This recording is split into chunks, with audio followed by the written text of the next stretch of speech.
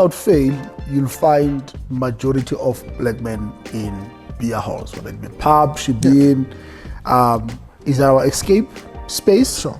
And what are we running away from that? We're running away from our voices, from our inner voices. You're running away from your emotions going into that reactive space. You're running away from the triggers really telling you what is wrong with you, right? You hear people talk about, I got triggered. Oh, you triggered. This guy triggered me. I got triggered by doing this. You know, this guy makes me angry, bro. Okay, cool. It's a passing word. Okay, it's a passing word. Okay, sit on it. Sit on it and actually listen to your body. What got triggered? What's that thing that's inside of you that got triggered? What is it telling you? What do you need to do with that thing? Right? And so, like, we go to the beer halls and we go to the taverns and we go to the clubs because we don't know how to deal with our emotions. We don't know how to deal with our mind.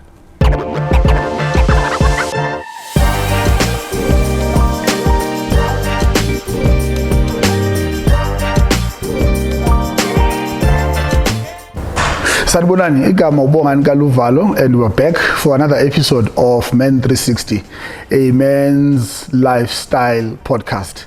As we continue to engage different thematic issues that have got to do with men, their life, and how they engage in society, whether it be their homes, work, friends, any other discourse, we are here to unpack those things.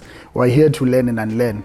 Thank you very much, guys, for having been part of us in the past 3 episodes, and the reception has been quite great. We are continuing to urge you to please subscribe, tell a friend, call umakhelwane as we drop every Tuesday. And of course, each and every episode we try and make sure that it's informing.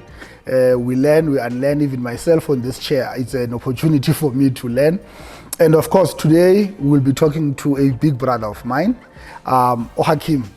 And I'll allow him to say his second name, lest I be found wrong in pronunciation.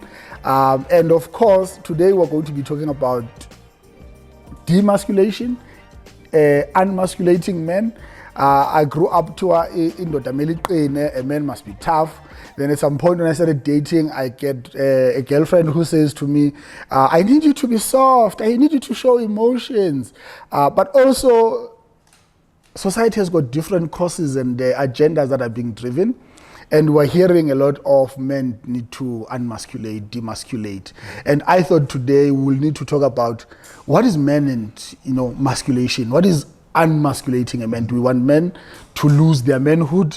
What is it exactly when we talk about, demasculating or unmasculating a man is about, especially in the black community, And I think at some point in time, we'll even be able to look at, black community and a white community. What is being a man? What is masculation? And at which point does it work like steroids? Do you punch it in and punch it out kind of a situation? I don't know, but I'm here with you, my brother. Let's start with you introducing yourself, and we unpack this. And I'm quite grateful, my brother, for having made time, to join us, so that we unpack this topic. But of course, to exchange ideas, because I think as men, we have that responsibility of continuously engaging and informing each other, and taking wisdom from each other's cups. Absolutely. I'd like to drink from your cup as well, as long as it doesn't have alcohol. I'm good. No, we'll have tea. We'll have tea. My name is Abdul Hakeem Anderson-Lesolang. I am a father, I'm a husband, I'm a son, I'm an uncle, I'm a brother, and I'm a husband, man. Husband to one of the most amazing women I've ever met in my life, and I'm grateful to be living the life that I'm living, and among brothers who I'm willing to die for, but they'd rather have me live. They'd rather have me live. So it's a beautiful experience, man. And thank you so much for having me. I really appreciate it. No, thank you, man. One thing I know is that whenever you introduce yourself and you get to the husband part, and you talk about your wife, women in the room, they glow. That every woman would love to be described with. And I think for me it's one of those elements where a man pronounces, boldly their posture, because I think marriage is a decision, being in a relationship, being married, But let's start with Hakeem as a boy, in the community that you grew in the household that you grew in, what were the teachings of a boy? Sure. In the home that I was raised in, so mom and dad are in the house. I am raised in a dojo. I'm What's a raised, dojo? yeah, at home. Like the garage operated as a dojo throughout the day. So my father is a sensei.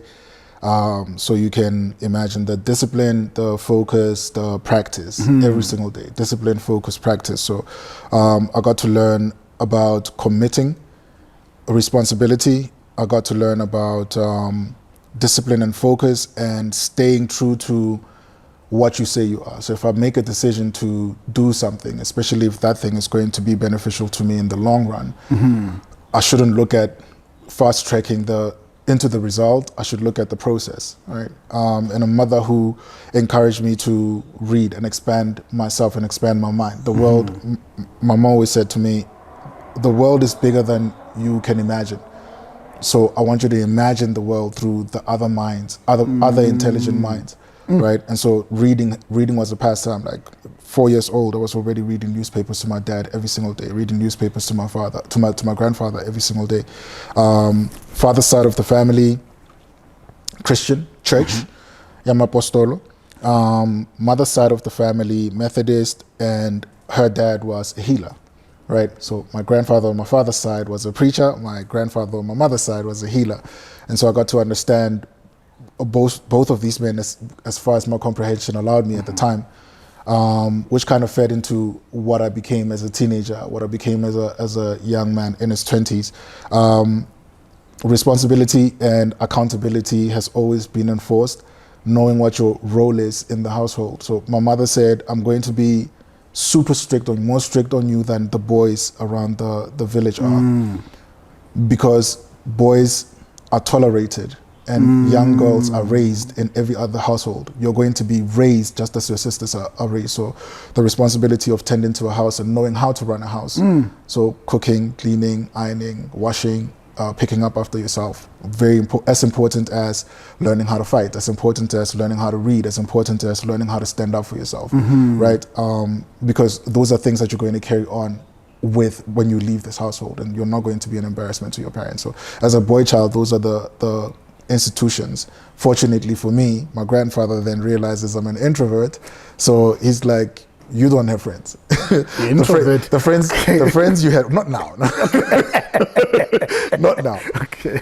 The friends you have always land you in trouble. And my grandfather disdained hitting us as boys. He disdained it. But the rod was always going to be used by him, right? And we knew if you get taken to Ndate, you're going to be disciplined, right? If you ever step out of line, you get taken to Ndate, he disciplines you. But he hated it. And this is what he confided in me and maybe some of my cousins as well. So he gave me a journal and he gave me a pen.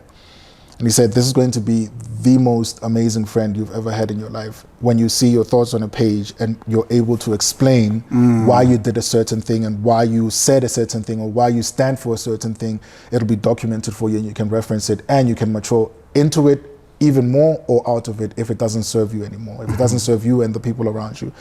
And so my mother's father was very instrumental in me expanding my thoughts. And then gracefully he gave my mother 2 goats, and I was responsible for them. And in 2 years' time, those goats it was a lot. And so after school, I used to rush first one in school, first one out of school, not last one out of school, first one out of school, so I can tend to my goats. And I used to go to the field, I used to read, I used to write as well. So that kind of gave me avenues to express myself without having to engage with humans until I had to engage with humans. Yeah. You know what I mean? So, yeah. And would you say that from the teaching, both Ndade and Mom, would you say that the 2 principles of accountability and responsibility, do you think those are the anchors of manhood?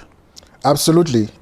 Because my mother once took me to the side. My father came home Friday partying, gili hippie papaka, so, came home and there was a lot of yelling, it was a lot of fighting, it was a lot of disagreements, quarreling, and how I grew up, which kind of gave me anxiety, right?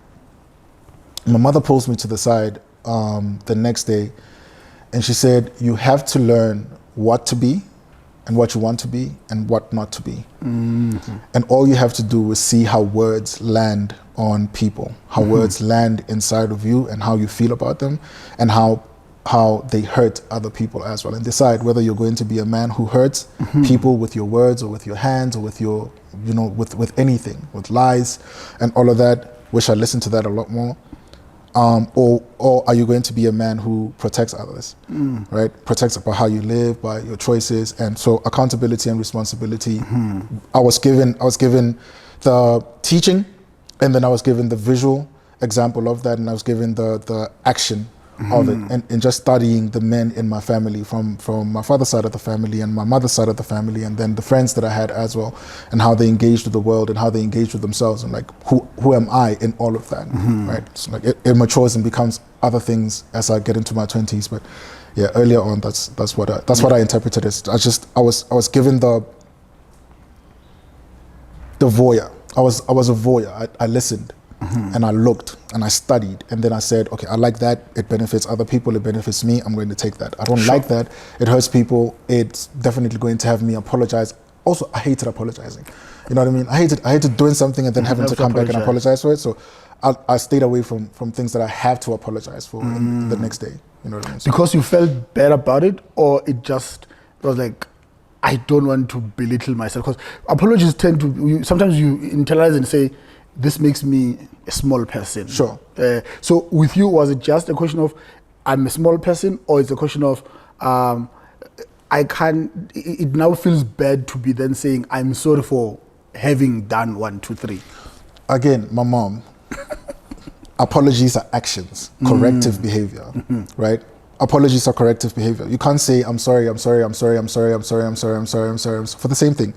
Can't keep doing that, because you're not sorry. This is something that you like doing, and someone calling you out on it is an inconvenience to you, and so you say I'm sorry to kind of put a balm on it. Don't do that. Account. If you're going to apologize, show it in your improvement from the thing that you were apologizing from, right? And that's a process, and you need to appreciate the process of saying, I was wrong for doing this thing, and I'm going to improve on myself so I no longer do this thing. So maybe it takes adopting another habit, or just plain avoiding doing that thing to begin with, right? So it was never a me disliking apologizing.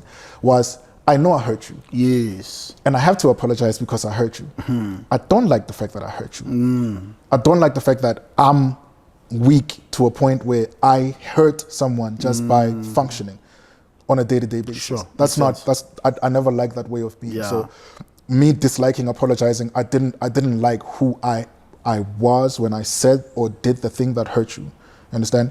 So I wanted to stop all of those things. Difficult, but it had to be done. And I think probably to my bosses, maybe another topic should be, can men say I'm sorry? Conversation for another day. No, they can. I can answer it for you right now. I can have that episode with you right now, like 2 minutes. Men can say they're sorry. First, before you even apologize, what are you sorry for? Do you actually feel the emotion of remorse inside of you? Do you know? Do you know that you're wrong for doing that thing? Do you know that thing shouldn't be done to the person you care about, to the person you say you love? That thing is going to stunt your enjoyment of this person, or your enjoyment of the experience of this person and what you guys have. If you do feel that remorse, what is the corrective behavior? What is the corrective action that you're going to take? What is the morsel of hope for you to gain that trust back? Because if you hurt someone, you chip away at that trust, right? So what's the morsel that you're going to give this person? What's the little fruit? What's the little seed that you're going to plant? Because it can't just be a promise. It can't just be apology, I promise to change. Yeah. Right? Now you're lying, because you're going to be held accountable to your words. To your own words. To your own words. And if you fail your own word, then you didn't mean it. Because if you mean it, and as a man, if you mean something as a man, there's nothing stopping you or stunting you from becoming and being that thing. On this part, because I know then I'll be hey, Hoshi, you've got.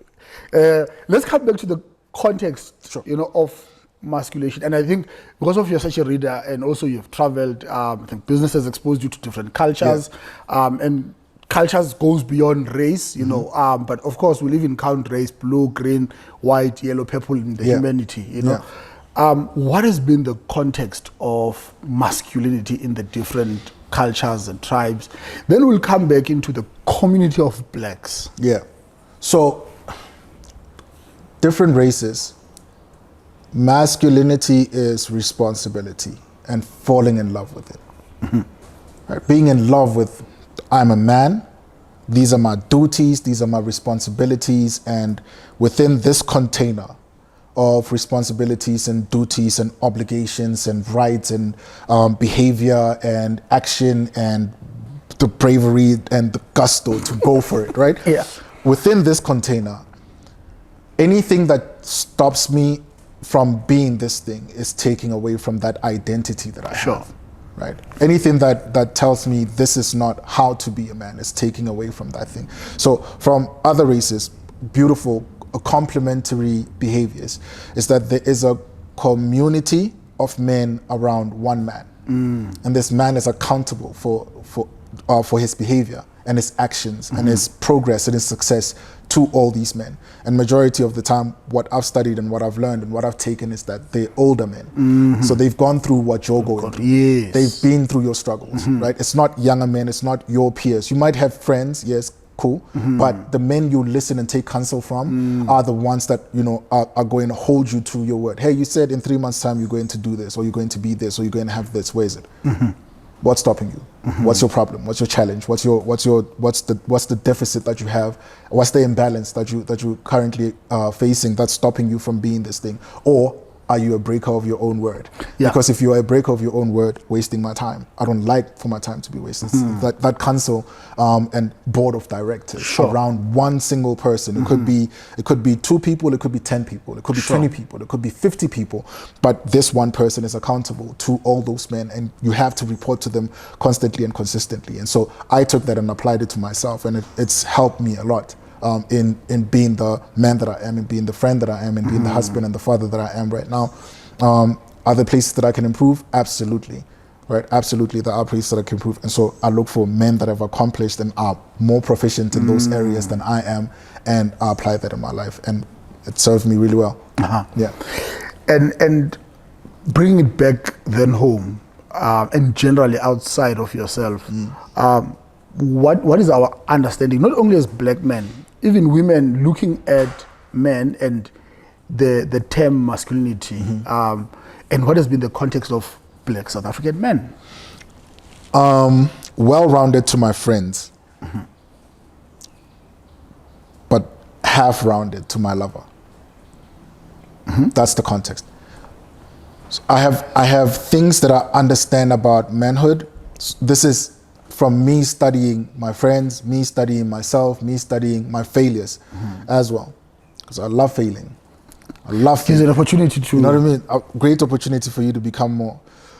My failures and the stumbling blocks that my clients face, my male clients face, when it comes to establishing a great relationship or a great partnership with their lover, with their chosen partner. Partner selection also comes into that heavily.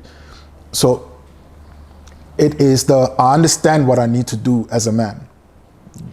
Go study, get a great job, get a house, get a car, get the lover, get married, This is part of my masculinity journey, my journey of being a man. This is what I want to do. Lately, it's somewhat different, you know, like you'll forego all of those things, all of those things that take that money away from you or the sustenance away from you, and then you'll do your own thing. You'll jolla and you'll double here and there, which is a waste of time. Really, you're doing the same thing you're supposed to be doing legally, and you know, with.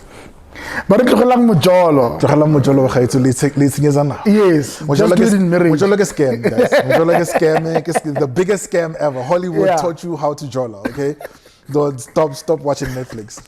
So what I've seen the how men stumble here at home is majority of the time we come half-baked because we listen to the counsel of our friends, and God says in the Quran, your companions become your religion. What they practice, what they say, what they do becomes your religion, right? And so if your companions, if the people that are around you, your friends, if the people you select as your friends as your influencers of your decisions, influencers of your actions, if they aren't well-rounded human beings, if they aren't formidable in being men, you're going to be half-baked.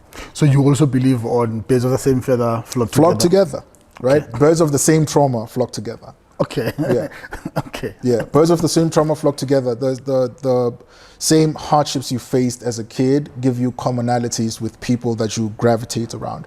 And so if absent that, we have something. Uh-huh. You know, I normally make this example when you meet a girl and like she doesn't have a dad, or like a mom abandoned her or rejected her, you're like, oh, our demons stand well together. Right? Like that's a thing. That's a thing that we tell girls. Like, yo, you understand me so well. Like I've never met someone who understands me so well. No. You're recognizing your trauma in another person. And majority of our friendships as men is trauma bonding. Right? I recognize my trauma in your trauma. And so there's a commonality there. The reason why there's so much xenophobia in this country among men, is that the reason we call foreign nationals makwerekwere is because you speak a different language, you eat different food, and I can't recognize similarities between us. And because I can't recognize similarities, I immediately see danger. But South Africa has got 13 official languages, and which means we are Let's not lie. We're a variation. We're a country of variation, but we're a country of tolerance. And if you have to tolerate someone, you don't really fall in love with them. You don't really get to understand the differences. You don't really get to like be ingrained in who they are. We tolerate each other in this country, bro. Look, I think this is taking a good turn to this conversation, and I'll play it around race, because somehow I feel like in the black community, having to identify yourself, let me say, as Xhosa man, you know, isidima samadoda angamaXhosa, you know, and us having to be standing for our culture. I remember there was a movie, Inxeba or something, you know, and there was such a big halabalu, including Xhosa community. Yes. I was one of the people who came out and I said, what's the halabalu about this thing? Actually, it's a good conversation, you know, but culturally, when we go to the mountain, you're told that this is a conversation of men. Yes. You know? Yes. So I don't know if do we have a phobia of people who stand up for who they are as an identity, as a tribe, as a community, as a family, you know? I feel that our differences are not necessarily that we are not accepting that they are vendors. That even in the Xhosa community, we've got Xhosas, we've got Abatem, we've got Amampondo, and so on. And all of these ones, they've got their own pride of their own identity. Yes. Are we mistaking the pride and the joy of each other's identity as not loving you? Because in a township also, while you talk, and then I throw it back at you, I'm from the east. In Vosloorus actually is demarcated according to tribe, and they coexisted. You had Basotho section, Zulu section, Xhosa section, a hostel like Namazulu, and a little bit of a section that accommodated those who live outside of your hostel. And these people coexisted. Took a bus together to work, you know, took a taxi together. Their kids at some point in time are in the same school where I went. There was when you go for vernacular, 5 different languages were available in my school, and would all part ways and go there and come back. So I don't know. I'm saying, are we misunderstanding pride and honor? Because if you check white people and what they stand for, whether it be Afrikaner, whether it be whites, whether it be part of the Western communities, Portuguese. Let's go to a coffee shop in Parktown, Portuguese. You know, they've got this thing that they stand for. Sometimes I feel that we mistaken pride and having to embrace who we are as not liking or thinking that the other ones are inferior than ourselves. I think we are addicted to misunderstanding each other because it gives us enough reason not to understand each other, not to engage with each other, not to keep separate lines. Because I'll give you like a very simple example. If your woman comes home talking about a man who has solutions to your problems, and she raves about the solution, you, because of your inferiority complex and because of your trauma and because of your unreadiness to embrace the change you need to embrace in order for you to leave the problems and actually focus on the solutions, you're going to find holes in that man's story. You're going to find things to discredit that man and who he is and what he stands for. Actually, move away from the solutions and attack the person. And attack the person, Yeah. right? So you're going to straw man almost anything and everything this man talks about. You're going to straw man and argue that you can't trust this man. You don't know this man. What's his proof? Has he done? Is he married? Da, da, da, right? You're going to find all of these things. Yeah. And so we take that simple thing and we apply it to other cultures. We apply it to other languages. We apply it to other races as well, right? And that stops us from becoming more than we are currently. It stops us from becoming even greater than we are currently. It stops us from being the men we want to be, being the men we believe we can be, because every single man believes he can be way better than he is right now. Our problem is we have too much fear and we aren't brave and brazen enough as men to go for difference. We go for sameness, but we don't go for difference, because if difference is better than what you are right now, it forces you to be better as well. I don't know a single successful person who will tolerate unsuccessful people around him, unless you're a grootman and you like ice boys. Yeah. Right? Unless you're a grootman who wants ice boys around him, because ice boys look like they aren't made. Yes. Right? But a made man who has gone through the rigors of becoming made and being made by other men wants you to succeed. I don't want anyone who doesn't want to succeed in my circle, bro. Sure. I don't. And men who don't want to succeed always fall off. Yeah. They always fall off. They always say, I'm going to do something, but they never do it. And because I'm going to hold you accountable to what you say you're going to do, it's going to bother you. Sure. And it's going to rub you off the wrong way. And then soon I'll be hearing, you said this about me, which I don't care about, right? Because people who know me know that I don't tolerate men who aren't active in improving on themselves and being better. And so we take that simple example that I just gave you. We apply it to everything. We apply it to Venda people. We apply it to Shona speaking people. We apply it to Tsonga speaking people. We apply it to, if you go to a council of Zulu men and you talk about Abatswana, it's going to be a lot of talk about Abatswana being weak. If you go to a council of Tswana men talking about Zulu men, Amazulu, you're going to hear a lot of things about Zulu men being arrogant, right? How Xhosa men don't tolerate, how they don't want to learn any other language. They just want to speak their own language.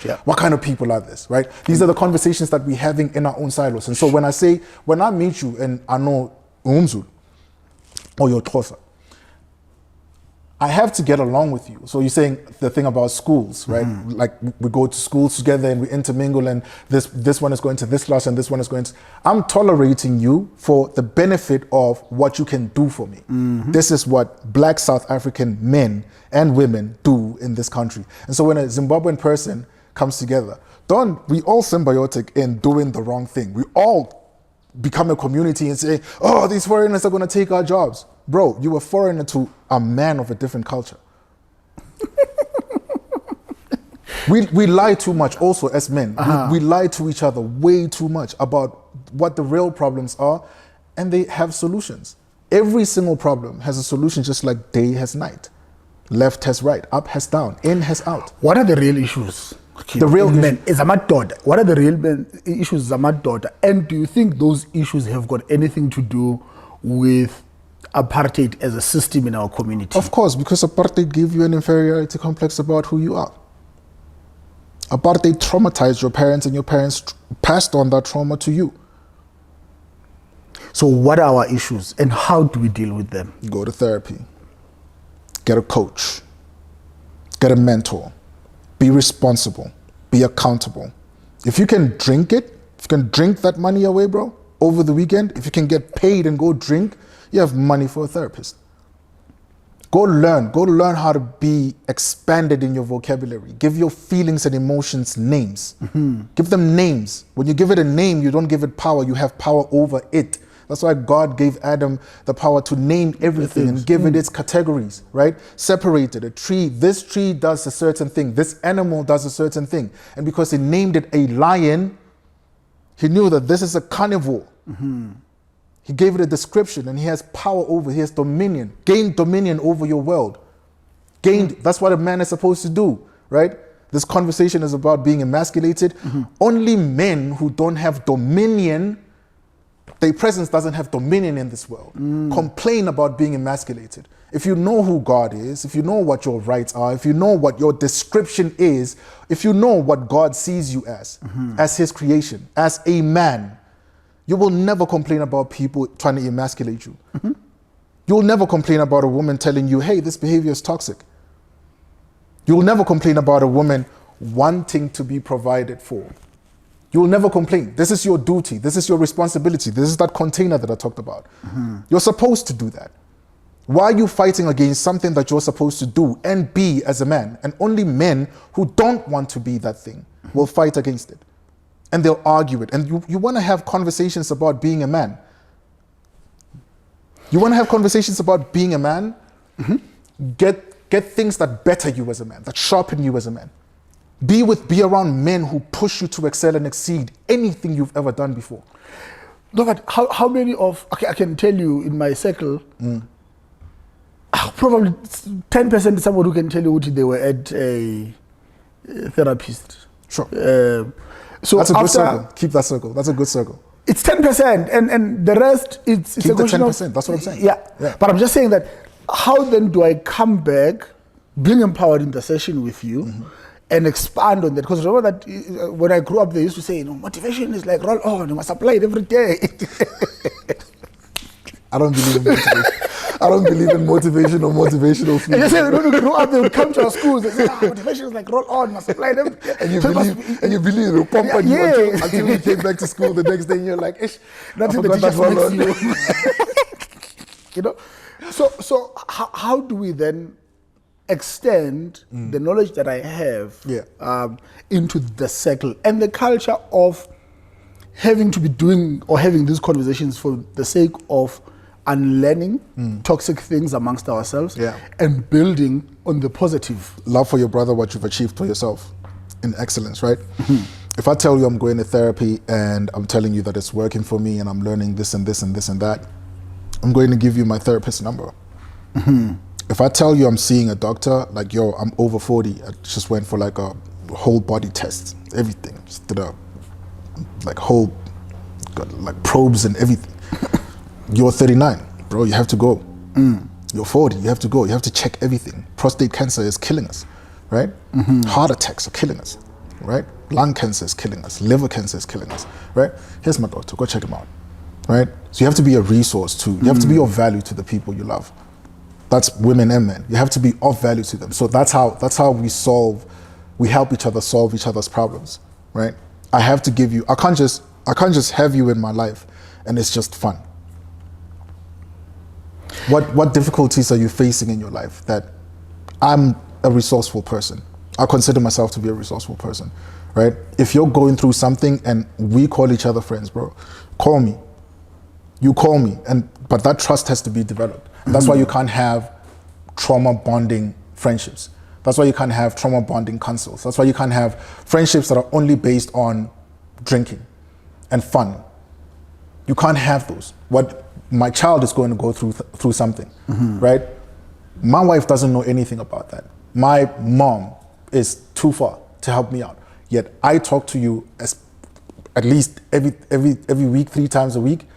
I need to be able to call you and say, bro, my child is going through this, bro. I don't know what to do. I've consulted with this person, that person. They're not giving me the solutions. I need to come talk to you. And if you don't know, we both go and find out. Do you understand? That's the kind of friendships you should have. That's the kind of bonds you should have. That's the only kind of circle you should have, because that circle is going to polish you above and beyond what you are currently and wherever it is you've been. But we're too afraid to be like that with other people, with other men, especially as black men. We're too afraid, bro. We're too afraid. We have empowerment, right? And I'm talking to empowerment, all the men, all the magnificent men. Every single empowerment event that we go to, you probably talk to the people you've talked to the last time. You don't talk to the new people there. You don't talk to the new men there.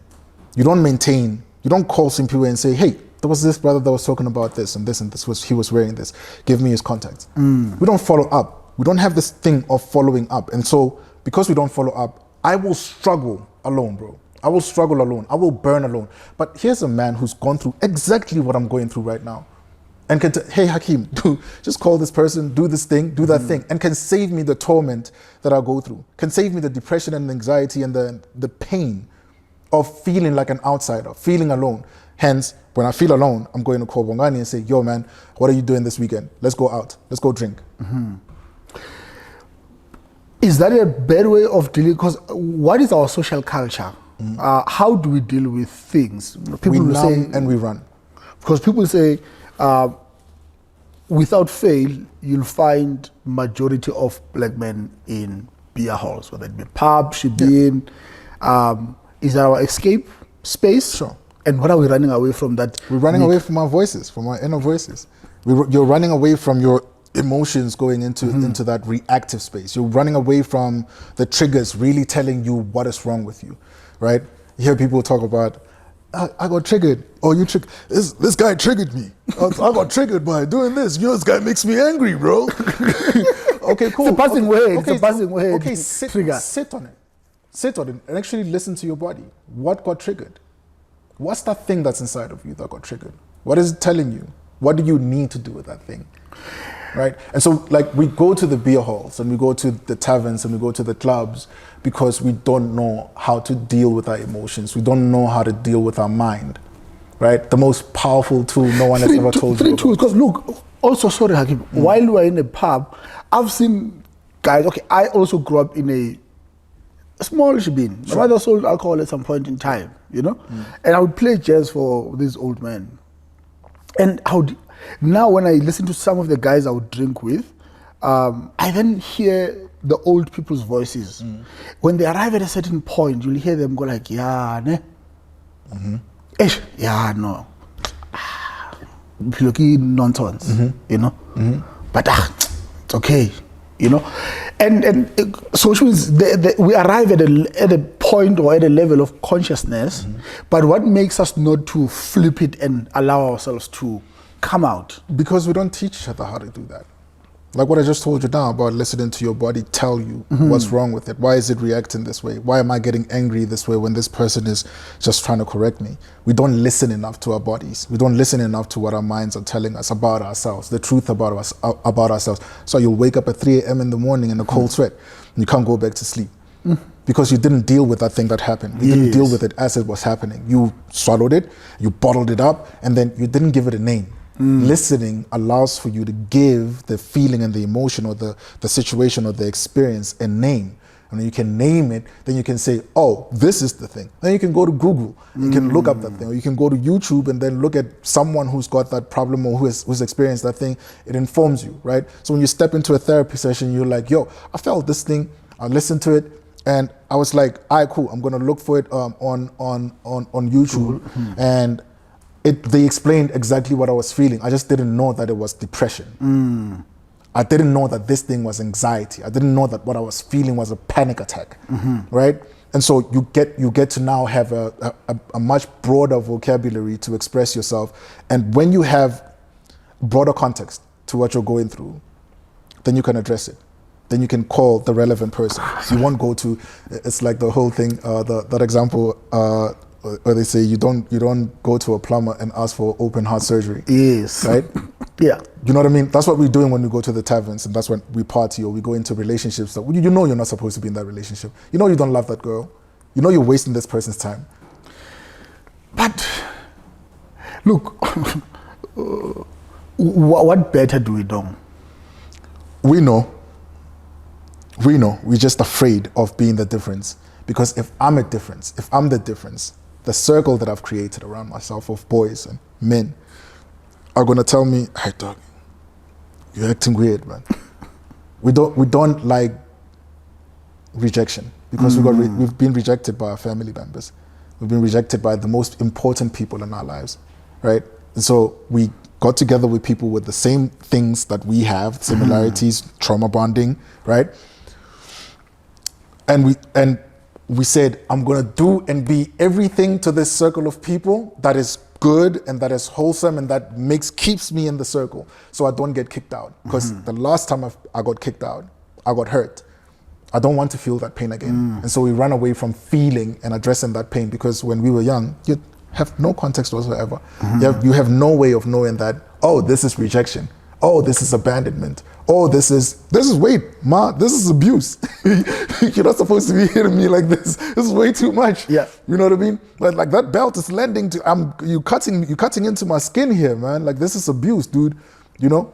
And because you don't have that voice, you don't build the vocabulary, and you don't build the context, and you don't build the resourcefulness that you can build if you just gave things names. And I like the point that we don't have the vocab. I remember one time we hosted a dinner, and I always say to people, and somebody tried to change the context of this. I said, we had boys at a gala dinner, and we had wine. Unfortunately, the service provider was having wine for all the tables. They didn't know that there's going to be boys on that table, you know. And we found boys opening wine, and then one of the guys picked it up, you know, and rushed and tried to. Then they were asked, boys, why? Who said you must guys have this, you know? And all the black boys, you know, were just fidgeting, you know, didn't make eye contact or anything.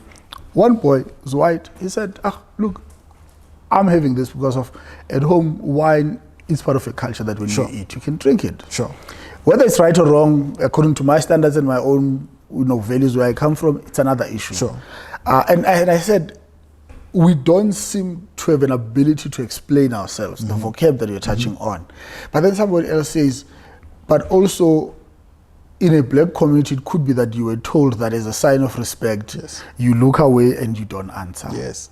You know? Yes. So you don't build authority because you're not given authority to build that authority about yourself, especially as a black boy. So Hakeem, and black women, let me not take away from, because we struggle, we suffer from the same things. Yeah. We struggle with the same things, black men and women. So how do we navigate this? I know that you also offer coaching, you also offer therapy. Yeah. Let's link that up with probably 2-3 steps. We're not writing a book, guys. It's not 3 steps of how to film. Also, this is not a therapy session. Just prefacing with that. This is not a therapy session. Okay. So what could be, whether you've got resources or not, what could be the first 3 steps of just try? Because I think this thing comes back to the question of identity, accountability, responsibility. Yeah. You know, how do I navigate myself towards the space of having to, you know, be in touch with myself and learn the vocab, learn and understand myself. And so that by the time I'm able to go to external people, I'm then able to say, Hakeem, these are my problems. I always use this template with young boys and black men. You know, when we were young, we knew who we wanted to be like. Right? We had a template of what kind of man you want to be, what husband you want to be, what money you want to have, what car you want to drive, what house you want to live in, right? I stick to that. Like, who do I want to become in the next 5 years of my life? Who do I want to become, right? How does this person express themselves? What do they stand for? What are their principles? What are their values? What are their standards, right? What have they built their life around, right? Is it money? Cool. I mean, money. All want money. Oh, you know what I mean? You can make millions in the next 6 months. Millions and millions, billions and billions of rands. You can make that. How much? What's your freedom number? Right? What amount of money in your bank account or in your brokerages will get you to be settled? All right, cool. You have it now. Say future pace. You have the money. What else? Because it's not the money, it's what the money can afford you. It's what you can get with the money. Okay, you have all those things. What else? What else? You can get married now because you have the things and you can impress your woman and you can take care of her. Now you're married. What else? You have kids. Now you have kids. What else? Right? And who are you in all these instances? How do you react? You and your wife are going to fight, given. You're going to fight. You're going to disagree. You're going to argue, right? You're going to clash. There's going to be a clash of ideologies, even with the plan, even with the perfect plan. You're going to clash. Who are you in those instances, right? So build that template. First, build that template, and then look at what's stopping you from having. It's not the money that's stopping you from being that character of person, from having that vocabulary. Oh, this guy is smart because he's read a lot of books. Okay, bro, come borrow books from my house. You know what I mean? Ask me to send you some PDFs and EPUBs. Can read from your phone. You know what I mean? Like just WhatsApp, Google. You know what I mean? Like look for, this person has read X amount of these books and he's proficient with this knowledge. Cool, get the knowledge. It's free. It's free. Yeah. You know the only free thing in this world? Knowledge. Your thoughts. Your thoughts. Yeah. Your mind is free, bro. Your mind is the most incredible thing ever. It's the most powerful thing ever. So if you can learn how to equip your mind, think properly. Think about first principles thinking, right? Socratic thinking. Think about, and please look these things up. Like look these things up and study them. Go to ChatGPT or go to Google and just look up Socratic thinking. It just helps you like reason better with yourself.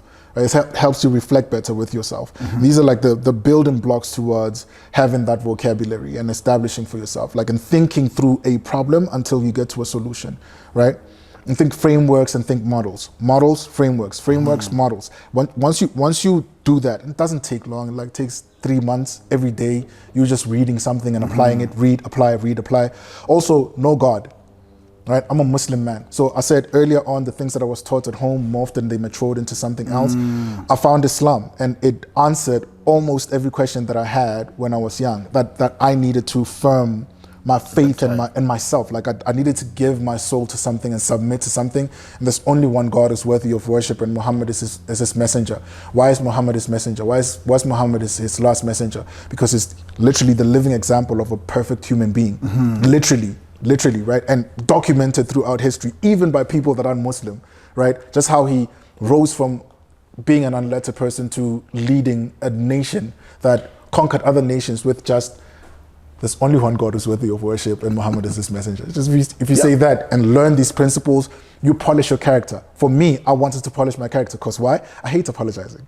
I hate apologizing. So mental frameworks, emotional frameworks, mental models, emotional models led me to Islam. Then I knew God, and then I started understanding how God sees me as a man, not as a black man, not as a Arab man, but as a man. Like, who am I as a son?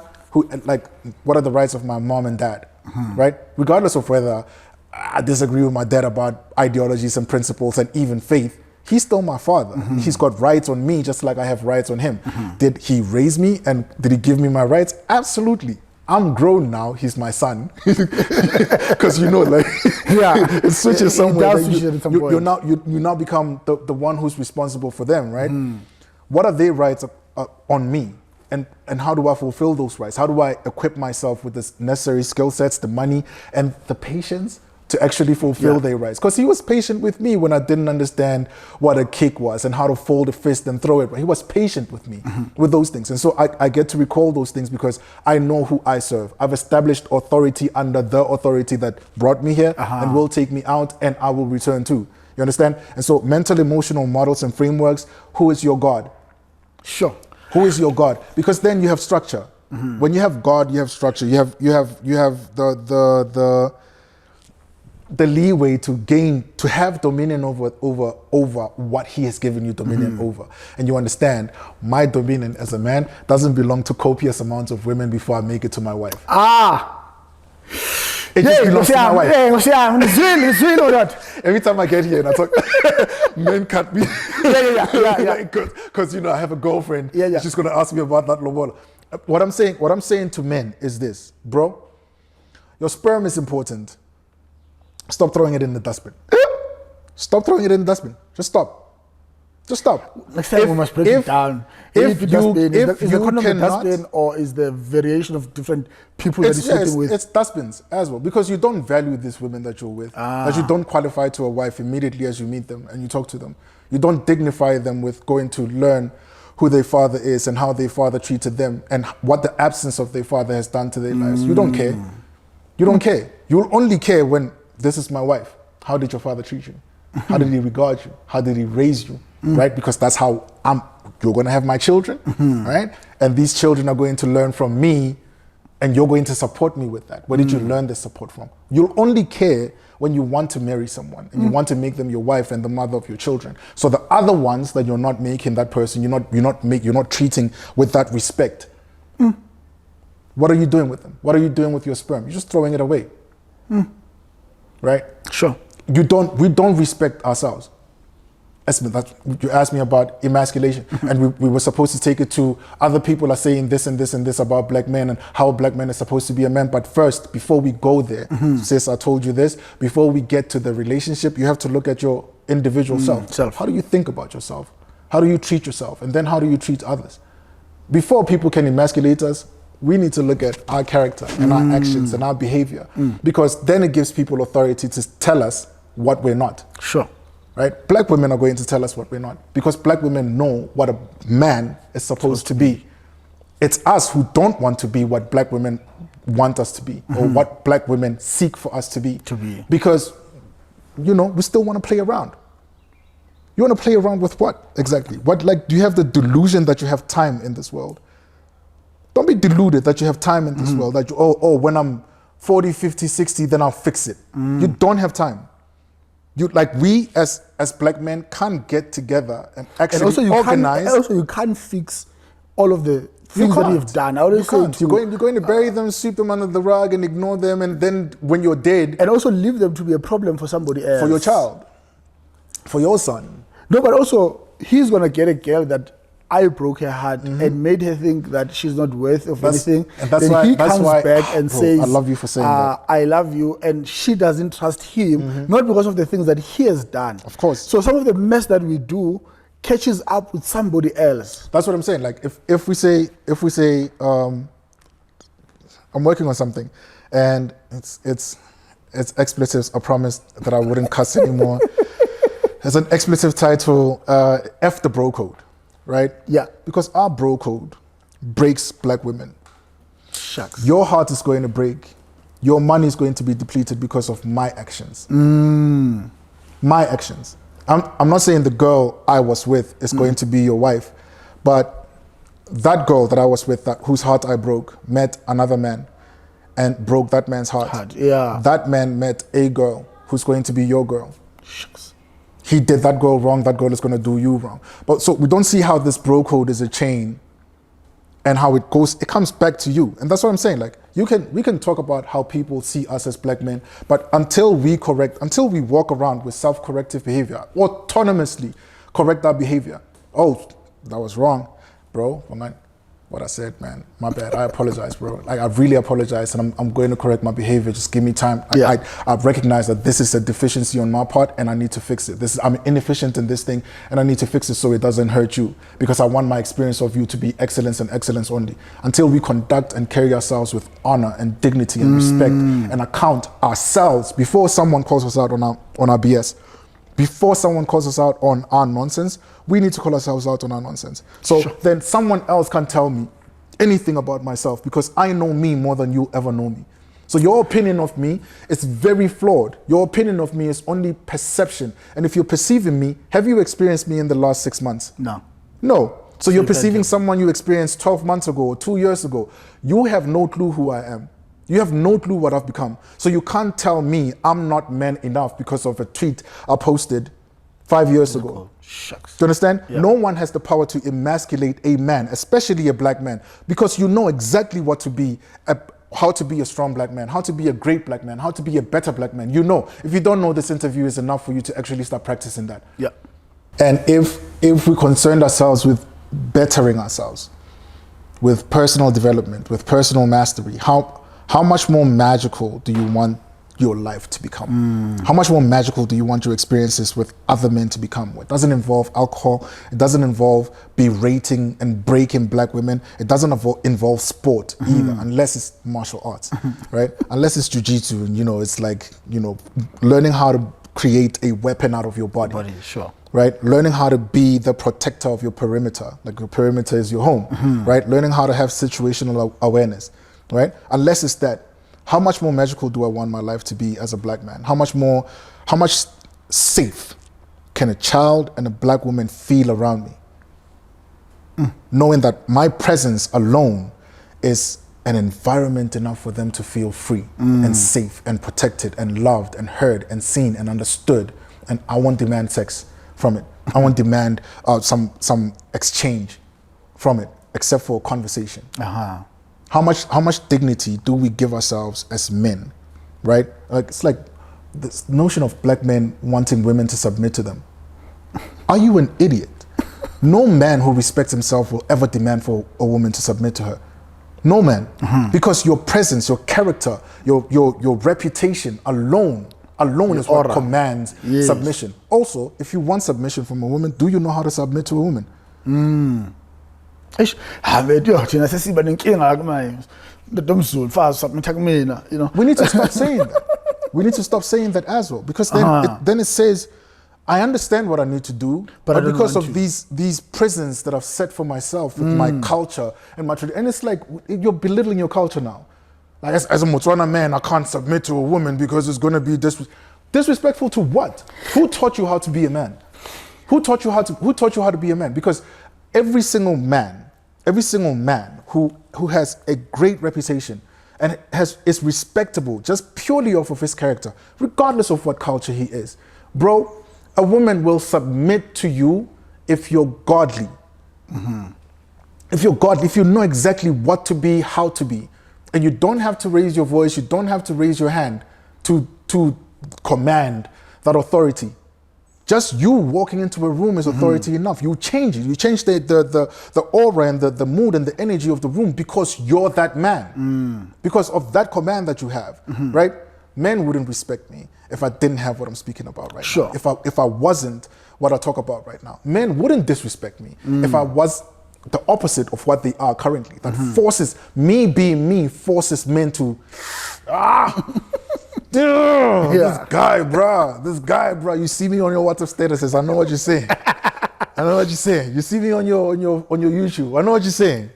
You know? Look, I think these are prisons that we create. We do, and we create them ourselves. Like no one creates these prisons for us, because a concept, for you to adhere to a belief, you have to believe it. Yes, you have to believe black women are anti-black men and they emasculating you. You have to believe it. For you have to believe it, and after believing it, you have to subscribe to it. After subscribing to it, you have to practice it. And when you practice it, you're somewhat a prisoner of that thing. If it's something negative, you literally become a prisoner of that thing. If it's positive, then it liberates you, right? It liberates you, it frees you to be exactly what you're supposed to be in this world, right? And beyond. So as black men, especially African black men, you have to get out of the prisons you've set for yourself, because that's why you get hurt. That's why you feel, I need to know. Now assert my masculinity. It's stupid. It's dumb. But time is the thief of what. And we've really been, taken to that corner. I think we should have a part 2. Absolutely. Definitely. And I'm going to put you on the spot. I know we're going to share a stage at the men's conference, at the Empowerment. But also, I think it was our scribbling notes with the legacy of fatherhood. We started it last year. Yeah. I'm going to extend the conversation. I'm going to extend an invite to you. Wow. So, on the set it up. If he doesn't come, here. He knew it's in November, so it's on International Men's Day. We usually host where the legacy of fatherhood. Last year we did. Fly me back into the country in November. Okay, cool. We'll talk about it. I love it. I love it. So these conversations need to be extended to different boundaries, and bounds, and ensure that we've got as many different types of men from different walks of life, getting to share in this wisdom. And I really appreciate your thoughts, your convictions, the path that you have set to walk yourself into. And the more we appreciate and the more we elevate men of your stature and the thoughts that you hold unapologetically that's when we'll get to have a much more better society, because of the troubles that we find ourselves in happens because of men have let the guard down and would not want to hold themselves. We don't want to hold ourselves accountable. And I think in Zulu, ukulimala kwengqondo, ukulimala komzimba, ukulimala. So there's a community that relies on the well-being of this man's brain. And once we shift from that, then we have then sacrificed the entire society. Yeah. And today I would like to give gratitude to you and say we stand in the shoulders of men like yourself. And one more of a Hakeem, one more of a Bongane, one more of a Tabiso, and one more of a Sipo, then there's hope for us to have a better society. Absolutely. And I really appreciate you for that. Thank you so much, brother. Ladies and gentlemen, that was another episode. And as you can see, guys, like I would have loved to continue for another hour, but we'll definitely get another episode, extending it to questions of accountability, culture. I think also the stereotypes, the prisons of culture. Probably that's what would be our next topic with Hakeem. Please invite friends and family. It's not only for men, women. You can empower yourselves through this channel, but most importantly, ensure that Malome, your Ndatemogolo, your son, your sister's son, is having access to this. Please don't forget to subscribe, to like, I think, yes, and to share with friends and family. Thank you very much, and see you next week.